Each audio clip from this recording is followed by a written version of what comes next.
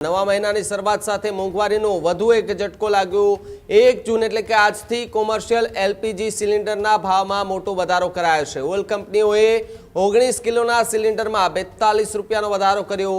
ઘરેલું 14.2 કિલોના ગેસ સિલિન્ડરના ભાવ યથાવત રખાયા છે। સામાન્ય ગ્રાહકોને ઘરેલું ગેસમાં હાલ રાહત મળી છે, જ્યારે નાના 5 કિલોના એફટીએલ સિલિન્ડરમાં પણ 11 રૂપિયાનો વધારો કરાયો।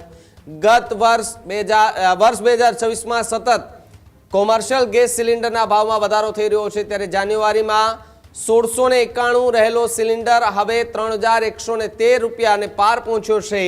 ફેબ્રુઆરીમાં 49 રૂપિયાનો વધારો કરાયો।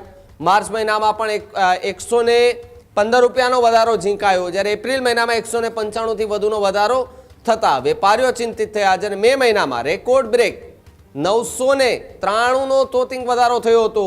જૂનમાં ફરી ભાવ વધારાથી વેપાર જગતમાં ચિંતા જોવા મળી, જ્યારે રેસ્ટોરન્ટ, ધાબા અને નાના વેપારીઓ પર સીધી જ અસર પડતી જોવા મળી રહી છે। સતત વધતા ગેસ ભાવથી મોંઘવારી વધુ વધવાની શક્યતા છે, જ્યારે ઓઇલ કંપનીઓએ સ્થાનિક ટેક્સ મુજબ અલગ અલગ ભાવ નક્કી કર્યા હોવાની વાત પણ હાલ સામે આવી રહી છે।